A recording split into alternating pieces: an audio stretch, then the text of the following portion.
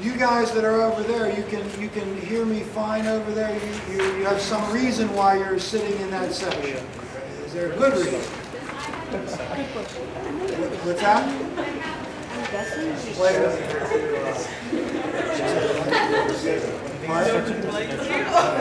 Oh well, hopefully I'll be able to hear you over there. So let's. I'm sure that there'll be other people that will be coming in. But in the interest of time, let's begin. And in beginning, the test is on chapter 22, 23, and 26. 22 takes us all the way back to Reconstruction, right? So the end of the Civil War, is the beginning of this test. And remember, when the war ended, it ended on, basically April 12th, 1865. The South was devastated, right? We said, the South was devastated by the war. There was destruction of property. Their physical infrastructure was destroyed. Their economic system was destroyed. Their labor system was definitely destroyed because the slaves had been freed as a result of the Emancipation Proclamation and the 13th Amendment. One of the interesting things, though, we found out about the South in talking about them is, despite the devastation and despite all the things that happened in their defeat, they do not admit that what they did was wrong or that it was a mistake. Eventually, we talked about that. We read the poem, about, I'm a good old rebel, and for what I was, I am, and I won't be reconstructed, and I don't care a damn. Remember the end of that poem? And we said that's really going to be influential in eventually Reconstruction. Now, we said that the defeated South, or the country, I would say, in general, had some important challenges, and we listed 5 challenges that were a part of the issues that had to be addressed in Reconstruction. And they included things like, how would the ex-Confederate states be reincorporated into the Union? What would happen to the ex-Confederates? And we went through 5. But the biggest thing that we said had to be addressed in the aftermath of the war was what would become of the freed men? What would become of the former slaves? And there were about 4 million of them. Now, the most immediate action in dealing with the problems of the freedmen, and the freedmen, when they were liberated from slavery, were liberated into a world where they didn't have any money, they didn't have any education, their family ties were slave marriages weren't recognized, the children that they bore, they had no idea at times where they were, they separated families and children at birth. There were lots of issues that those freed slaves had to work through. The northern kind of response to the challenge of the freedmen was to establish the Freedmen's Bureau, right? And the Freedmen's Bureau was established even before the war ended, right? The Freedmen's Bureau was established, I think, in February or March of '65. And the purpose of that bureau was to provide for, the transition of the freed slaves into freedom, and to work with ex-Confederates to reestablish some kind of labor relationship between the ex-Confederates and their freed slaves, to facilitate the construction of schools, to promote literacy, to provide for the basic needs of those freed slaves. What, incidentally, it seems odd, but what was the response of white Southerners to the Freedmen's Bureau, and why? So what was the response of the Freedmen's Bureau? Seems like it's a logical kind of response to the problems that were besieging 4 million ex-slaves. Yet, what was the white response in the South to the Freedmen's Bureau? Yes, go ahead. They didn't like it. They did not like it. Why not? What was the problem? Go ahead, Meryl. What was the problem with the Freedmen's Bureau?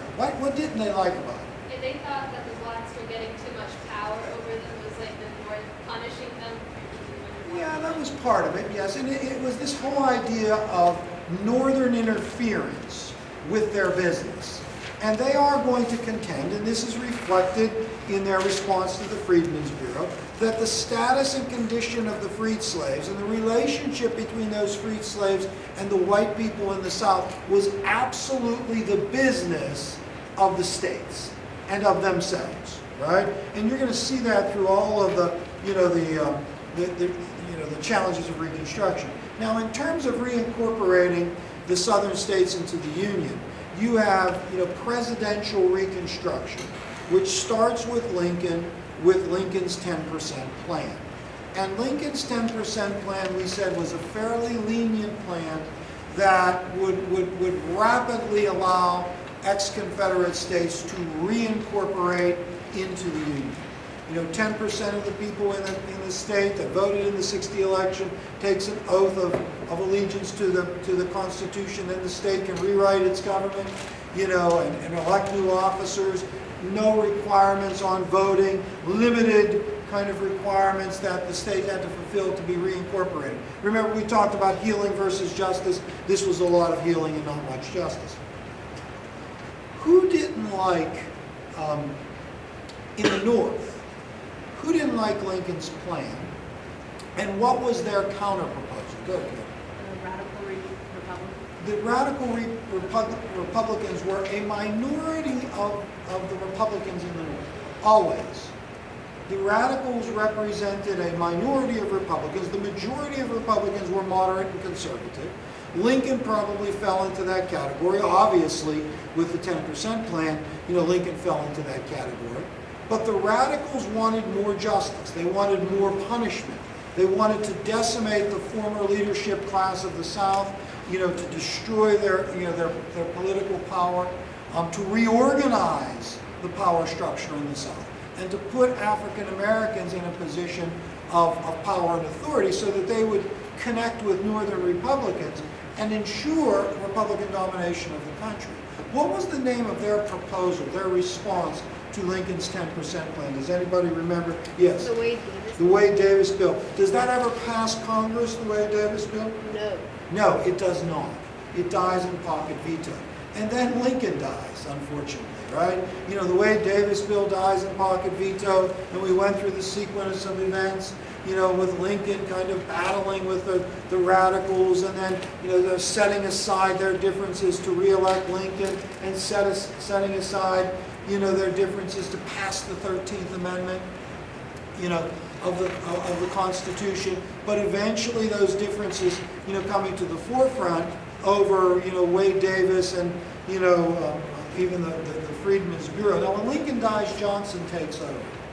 Now, did Johnson's proposals lean more towards the radicals or more towards Lincoln in terms of justice versus healing? Johnson's proposal. Johnson takes over, Reconstruction.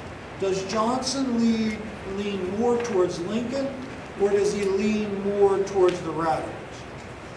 Yes, go ahead. Yes. He has some variations, but pretty much Johnson also offers a relatively simple kind of formula for ex-Confederate states coming into the Union. Now, we said that under the Lincoln/Johnson plans, which we collectively know as presidential Reconstruction, and presidential Reconstruction sort of lasts, if we wanted to put dates on it, presidential Reconstruction lasts from December of '63 to March of '67. Now, President Johnson is going to argue that Reconstruction is fully complete in December of '65. So in December of '65, President Johnson is going to argue that Reconstruction is fully complete. 10 of the 11 states had complied to either he or Lincoln's requirements for readmission to the Union. Right? They had done everything. The last step that had to happen was that their duly elected congressmen and senators had to take their seats in the U.S. House and the U.S. Senate in December of '65.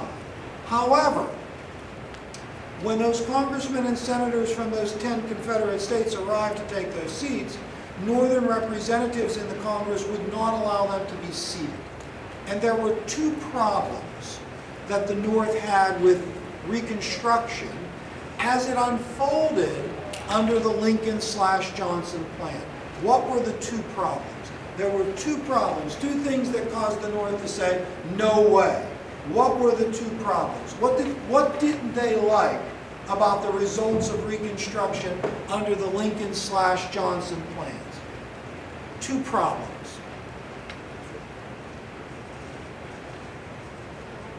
I'll give Kromka a moment to write. Mike, I'll give Kromka a moment to write, and then we'll call on Voynich. Voynich, what were the two problems?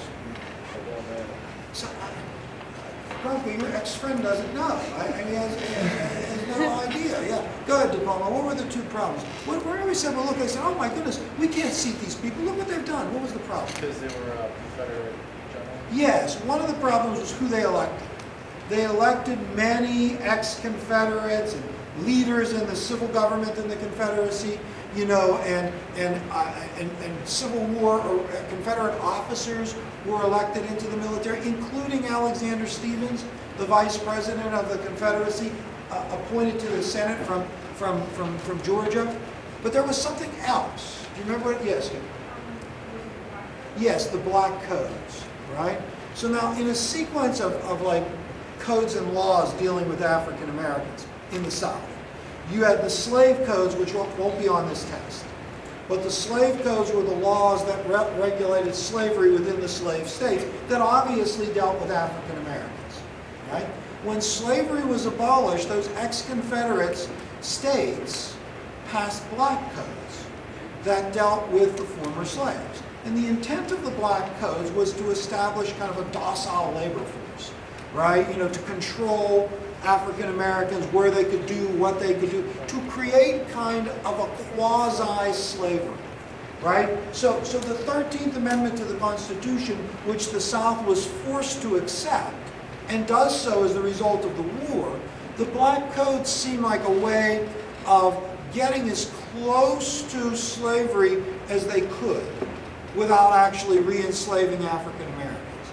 And so the white North, you know, considering honor, was saying, well, you know, we fought the war to free the slaves, we fought the war to defeat these Confederates, and now the Confederates are going to come and take their seats in Congress, and they're going to pass laws that bring the country almost back to slavery. We can't have this. So now, in the aftermath of you know, those two things, Congress is going to kind of launch an attempt to revise Reconstruction that leans more towards justice. And they passed the renewal of the Freedmen's Bureau and a Civil Rights Act in the spring of '66. In the spring of '66. Now I want you to get this sequence, because I was looking at the tests in the past years, and people missed questions from this sequence, right? I have no idea why. Maybe they were daydreaming in class, but let's go through it, right? Let's go through the sequence so you don't miss these questions when you get on the test. So what happens first? What happens first is they complete Reconstruction under the Lincoln/Johnson plan, right? What happens next? Congress rejects it. Black codes and electing ex-Confederates. What happens next? Congress appoints a joint committee on Reconstruction. They go down in the South and find out that they're not sorry. That's what we did, the old rebel poem, right? That they're not sorry. And Congress passes the renewal of the Freedmen's Bureau, and they pass the Civil Rights Act. What does Johnson do in response to the renewal of the Freedmen's Bureau and the Civil Rights Act that ticks off, Micah, Congress? He told the other 10 states to resist going back to the Union. Well, you're one step ahead of me. Yes, go ahead. He vetoes both of them.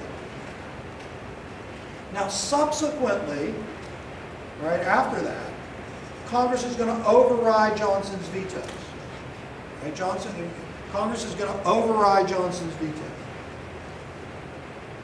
But Congress is afraid that their version of Reconstruction with the Civil Rights Act and the Freedmen's Bureau was in jeopardy of them losing their majority in Congress, so they attempt to constitutionalize their version of Reconstruction in what amendment? There'll be at least 3 questions on the test about this amendment, because it's like a really super duper big deal. Yes, the 14th Amendment. Remembering, and let's do this real quickly, Savannah, your Civil War amendments, 13th freed the slaves, right? Just now that we're here. 13th freed the slaves. 14th made them citizen and assured them rights as citizens. 15th gave them what? The right to vote, right? Considered to be the Civil War amendments. Okay. So now the 14th Amendment that is passed, which defines citizenship and declares that everyone born on U.S. soil is a citizen, including the 4 million slaves, and then promises those slaves in that amendment equal protection under the law, right, is the 14th Amendment. Congress tells the ex-Confederate states, look, if you want readmitted into the Union, then adopt the 14th Amendment, ratify the 14th Amendment, and live by it, right? This is in the summer of '66. Johnson tells them, look, don't ratify it. Now, here is where people had some trouble. This dispute in Congress in between Johnson and Congress over the 14th Amendment, which is a larger dispute over Reconstruction, right? What's it going to be? Justice versus healing. I mean, that's really what the dispute is, right? Is resolved over the congressional elections in 1866. So Johnson tells the southern states, don't ratify the 14th Amendment, right? And Congress tells them, if you don't, you're not coming back in. And Johnson takes his case to the people of the country, to the North, and basically says, if you want my version of Reconstruction, which he called the white man's version of Reconstruction, right? You know, the white man's version of Reconstruction, the one that promotes the white race, right? Then what you'll do is vote for people in the congressional election, congressmen and senators that will support my version of Reconstruction. And he goes on, remember we said he goes on that swing around the circle where he tries to give these speeches promoting candidates and promoting his ideas, which really backfires on him. Remember, he's heckled by these people and they resurrect the notion that he's drunk and, he can't handle kind of the response that the public has to his speeches. And the result of that is when those congressional elections occur in November, the Republicans win a supermajority in both the House and the Senate. So basically those elections reflected that the country was moving more towards healing and away from Johnson's ideology. The country was supporting the congressional approach to Reconstruction rather than Johnson's approach to Reconstruction. Now, okay. So after those elections, and that new Congress takes its seat, in March of '67, they passed the first, second, and third Reconstruction Acts. This starts congressional or radical Reconstruction. So the first, second, and third Reconstruction Acts starts congressional or radical Reconstruction. Now, presidential Reconstruction, December of '63 through March of '67. March of '67 through March of '77 is congressional Reconstruction. Why do I say March of '77? What happens in March of '77 that we can give such a definite end to congressional Reconstruction? Go ahead. Yes. That's the Compromise of '77 when all federal troops are withdrawn from the South as a result of the compromise over Hayes' election. Now, during congressional Reconstruction, this 10-year period, right? You know, the ex-Confederate states formed governments that are Republican, right? They're Republican. You know, ex-Confederates are disqualified from voting and participating in government. African-American slaves are enfranchised and participate.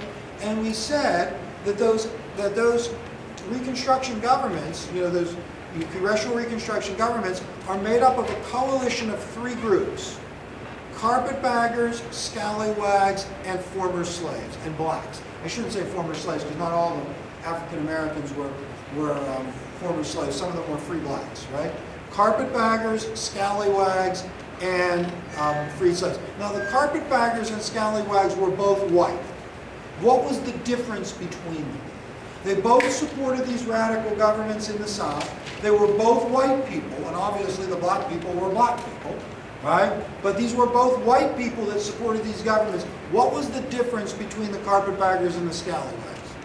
There was a difference, although they were both white, yes. Carpetbaggers were old Northerners? Yes, and scallywags were Southerners, right? So carpetbaggers were Northerners, scallywags were Southerners. Now, we said when we talked about these radical regimes that the success or the failure of these radical regimes in the South is hotly debated, right? You know, some people say that they were horribly corrupt and there was mismanagement, and, you know, these carpetbaggers exploited the black people in order to take advantage of the misfortune of Southerners, and, you know, this was one version of Reconstruction. The other version of radical Reconstruction is these governments pushed the South out of the Dark Ages in terms of government, built schools, and, you know, improved the social and physical infrastructure of the South. And it's still debated. It's still debated whether these governments were successful or not. Now, one point that is made: if there was corruption, right, in these Southern governments, it would not have been unusual because there was corruption everywhere. Right? So to look at these Southern governments and say, oh my goodness, they're corrupt. Well, there was corruption in the big cities, there were corruption, you know, in the national government. The Grant administration was horribly corrupt. Right? So to identify Southern corruption, say, well, look at this. I mean, it's part of a larger, you know, movement of corruption. Now, the Ku Klux Klan represents white resistance to those governments. So what is the goal of the Klan? What does the Klan want to accomplish through basically terrorism? Yes. Restore like the white. Yes. What the Klan wants to do is intimidate African Americans and others from participating in government, and to restore, and the word that is used, to redeem white rule, right? To redeem white rule.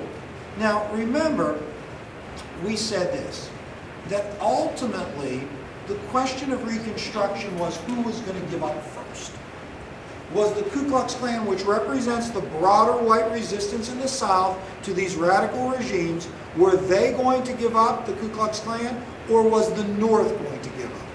Now, what I mean by the North giving up is the North going to continue to support these radical regimes with force, with Northern troops, with Northern, and they do initially. The Force Act that is passed in 1870 and the Ku Klux Klan Act that is passed in 1871 are both Northern legislation that is intended to suppress the Ku Klux Klan and to keep the Republican regimes in power. Now, that legislation was passed by Congress and enforced by Ulysses S. Grant. And we know that Grant was elected to the presidency in '68. In the aftermath of Johnson's impeachment. Now, Johnson, and we talked about it in class, we had a different sequence in your book, and I'm following your book here rather than the way we discussed it in class, but in the way it will be on the test, which will be helpful to you if you're taking any kind of notes, because the way I'm giving it to you is the way it will be on the test. So that'd be helpful, But anyways, Johnson's impeachment, and Johnson was impeached, right? Was largely rooted in his resistance to radical Reconstruction. As president, he is going to be resistant to radical Reconstruction, refusing to kind of implement it in the way that Congress wanted it to be implemented. But ultimately, why was he impeached? What was his high crime or misdemeanor? What did he do? What triggered Johnson's impeachment? Yes. He violated the tenure of office. By firing what official? I don't know. Secretary of War Stanton, Edwin Stanton, which violated the Tenure of Office Act. Johnson was not removed. He was not convicted, largely because people realized that this was a dangerous precedent, right? That if he was convicted and removed, it would be dangerous, and that this was, more political than it really was, constitutional. Nevertheless, Grant is elected to the presidency, and he turns out to be kind of a pretty weak leader, largely because of his inexperience and his kind of blind trust for the people that surrounded him. And so his administration is tainted by scandal. Now, one of the biggest scandals that taints his administration we did not talk about in class, but there is a question on the test. So Bronca, you could look this up in your book. You could go to the index and look this up on your book. The credit Mobilier scandal is the most fantastic of the Grant administration, and it involves railroads. So the credit Mobilier scandal. Mobilier. Sounds funny. Now, credit Mobilier, and it involves the railroads. It's the most spectacular of the Grant administration. Now, the Grant administration is so corrupt that when he runs for re-election in '72, there is a challenge from within his own party. And we said that the Republican Party was divided into three factions. And there is a test, or there's a question on the test about those three factions. If you remember the three factions the Republicans were divided into, it was the stalwarts, the half-breeds, and the mugwumps. Now, the stalwarts and the half-breeds had people associated with them, a person, right? Not the mugwumps. Stalwarts and half-breeds had a person. Who was the person associated with the stalwarts? I mean, we mentioned this guy. I don't know if you noted it or remember. We mentioned, go ahead, Marilyn. Roscoe Conkling. The stalwarts were what we've described as machine politicians who just wanted the spoils of office. They supported Grant in '68, '72, and even '76. The stalwarts would have supported Grant for a re-election to a third term. The half-breeds were led by James Blaine of Maine. James Blaine of Maine, the continental hire from the state of Maine, the most musical guy in American history, James Blaine, right? He led the half-breeds who gave lip service to reform, but really just wanted the plums of office for themselves. And the mugwumps were the genuine reformers. They were the old, kind of Whigs and reformers of the 1840, the abolitionists, the radical Republicans, who genuinely thought the role of government should be to improve society, both economically and morally, right? That's what they believed. They were the people that gagged on Grant.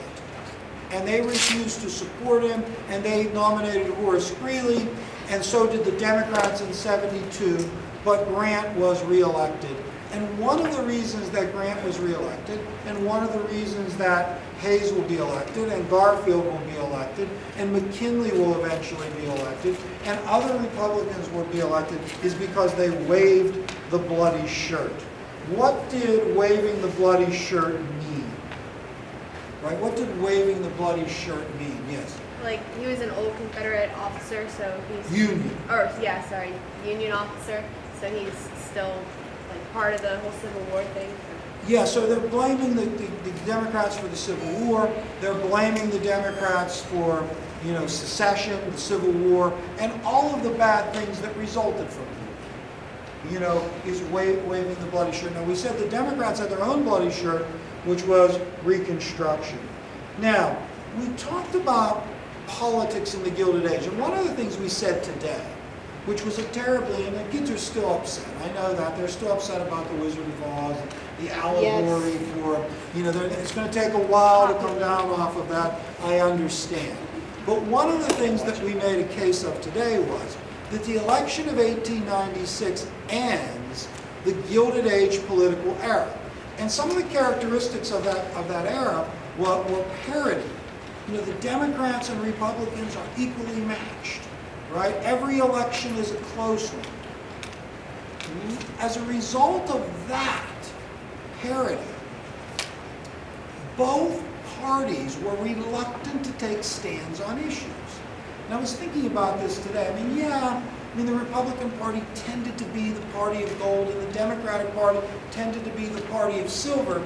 But there were enough, I mean, look, Cleveland was not pro-silver, right? He was the president. He was a Democrat. McKinley had voted for silver at times, and he was a Republican. And Republicans passed the Sherman Silver Purchase Act. So even the issue of currency, there was kind of a diversity amongst the parties that was enough to keep them away from it. We don't want to take a position on this, right? Even the issue of patronage, you know, there's enough of that. Really, it takes Garfield's assassination for this patronage issue to explode. So each election is close. You know, the issues they're issueless elections. But there's this huge voter turnout, and we said one of the reasons were there were these emotional, cultural issues, right? Whether it's the bloody shirt, you know, on either side, or the cultural and religious differences between the parties, you know, Catholic versus Protestant, native-born versus immigrant, you know, that brought people to the polls in this kind of odd era politically. And we gave a number of reasons for that. Now, patronage, right? You know, you'll see this term on the test. Patronage is when you reward the people who supported you for office with jobs and other favors. And political patronage is what fueled both parties during this time period. What piece of legislation is the first, you know, tangible federal legislation to regulate patronage in American history? It's passed in 1883. Does anybody recall? It comes in the aftermath of Garfield's assassination. Go ahead, Suzanne. Yes, the Pendleton, the first civil service reform. Now, in terms of these presidents, just to go through them, Grant, Hayes, Garfield, Arthur, Cleveland, Harrison, Cleveland, McKinley. Right? I know I went fast. Remember, I'm a super genius, so I know everything. Grant, I can Hayes, go backward and Arthur, forward with all the presidents of the United States. Here you go again. Let's think about it. It was Grant, Hayes, Garfield. Then he died. He was shot, lingered 11 weeks, remember? And that's when we passed the Pendleton Act, right? When Garfield died. Who took over for Garfield? Arthur. But nobody liked Arthur because he did a good job. Right? Remember? Arthur did a good job, so nobody liked him, right? Which sounds odd to you and I, but that's the way it works in politics. So then it was James Blaine of Maine versus who?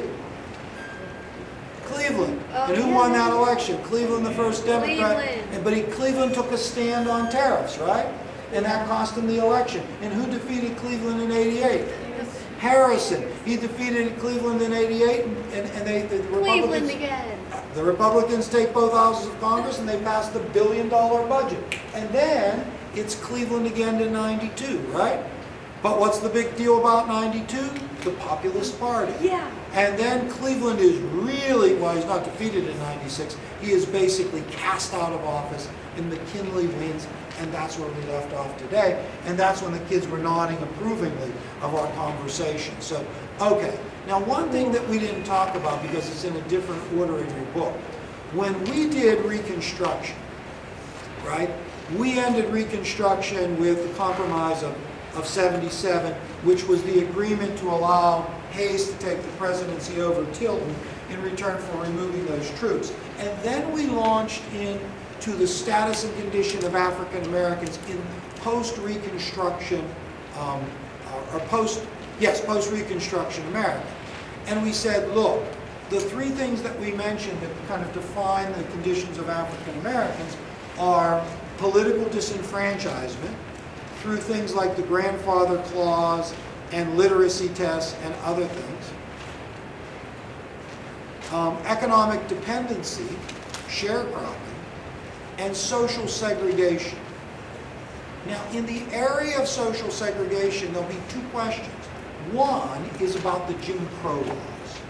What were the Jim Crow laws were like a really big deal in history, right? That, look, when the black codes get rejected, think about what happened. You had the slave codes, then you had the black codes, and when the black codes are rejected, you have this interlude where African Americans have some amount of political, kind of equality, and then that ends with the Jim Crow laws. What did the Jim Crow laws do? Go ahead, Samantha. Yes, it legally segregates society. Now, I don't know if it was ever equal, right? It was intended to be equal, but never equal. And remember, Jim Crow seems to be inconsistent with the 14th Amendment. Now, what Supreme Court decision did we say that constitutionalizes the Jim Crow laws that we said was a really, really big deal that everyone should know? Yes, go ahead. Plessy versus Ferguson, 1896, which constitutionalizes the Jim Crow laws of the South. Now, there is another question about something we didn't talk about in class, and that is the Chinese Exclusion Act of 1882. Now, we have, immigration is a big issue now, right? But what you have now is laws that regulate immigration, right? And we can sort of take that for granted, that not everybody can come in that wants to, and they have illegal, what we have now is illegal, we have illegal immigration. Now you might call them undocumented workers, but in essence, there are people that are entering the country without the proper permission and paperwork. Okay. Well, until 1882, that was impossible because anybody could come. There were no restrictions on immigration. The first legal restriction on immigration is 1882, the exclusion of Chinese. The Chinese Exclusion Act, 1882.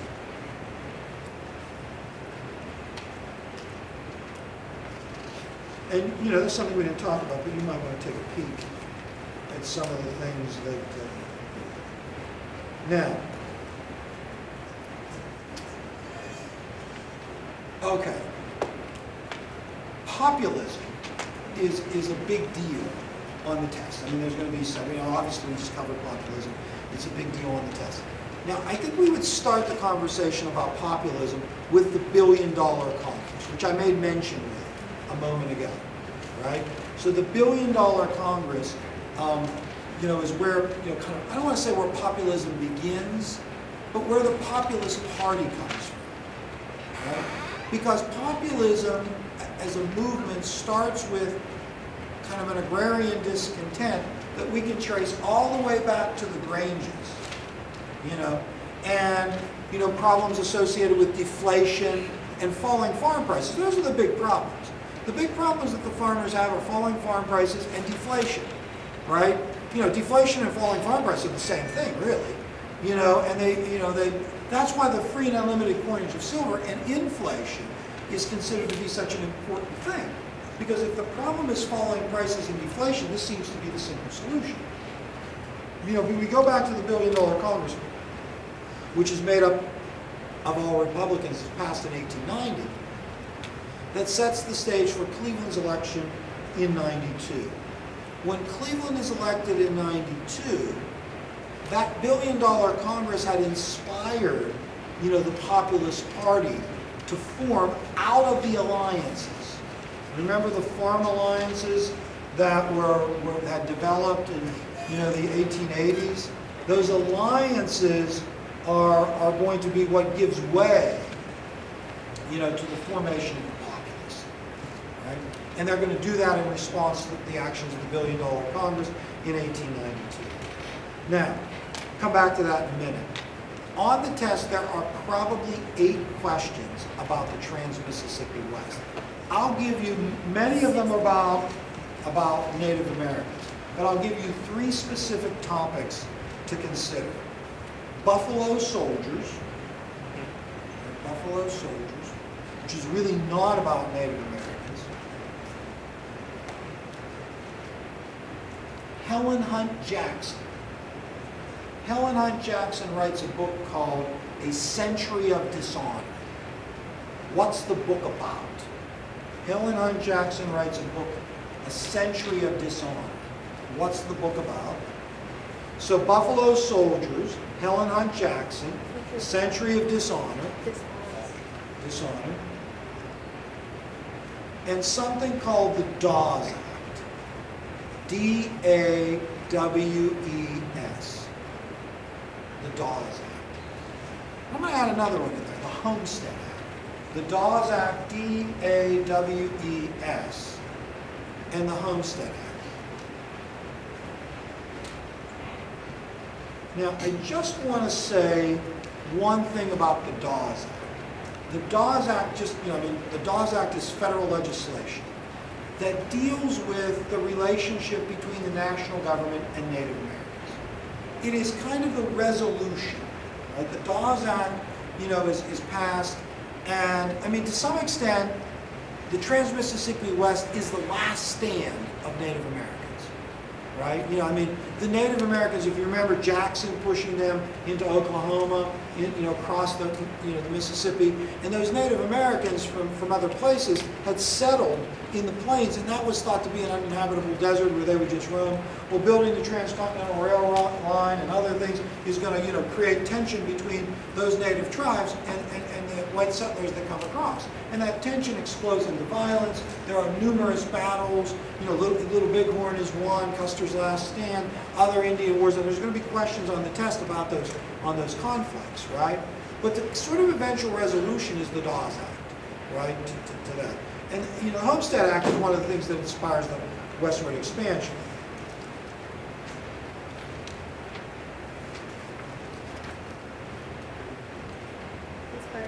All right.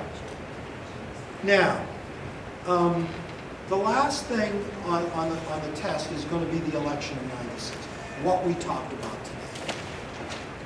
And I tried to do a kind of thorough job on this because I looked at the numbers on the last test and they were really bad, right? So I'm hoping that that we do better this time. But the election of '96, remember, it is Bryan, and probably the big thing to remember is that Bryan's adoption of the free and unlimited coinage of silver as a Democrat is going to kind of result in the Populist Party also nominating him and losing their identity. Right? The Populists nominate Bryan, and in doing so they lose their identity in an attempt to get the free and unlimited coinage of silver passed. The Republicans nominate McKinley, and McKinley is hard money, gold, and high tariffs.